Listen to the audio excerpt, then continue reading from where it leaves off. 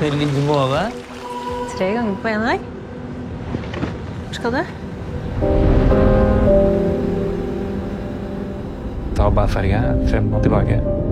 Mest for å se etter menn, egentlig. Ok.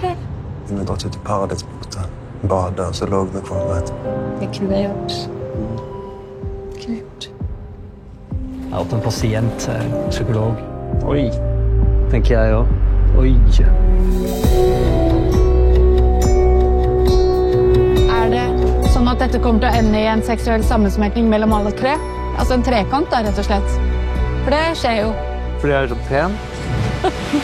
Synes du så pen? Nei, jeg tuller. Hei. Ola Harald. Marianne? Ja, det du som er Marianne, ja. Ja, jeg lege. Så du bare med, du sier. Men hva nummeret ditt da? Subtil homoerotikk.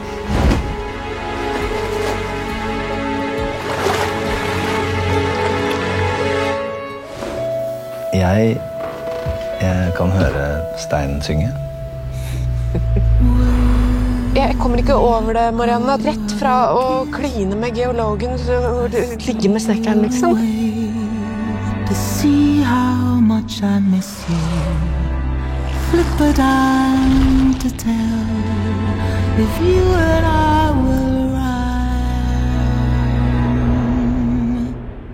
And with the echo Yes. Ja, hvordan det da? Å ha sex om dagen? Bra? my mind, my soul, my emotions.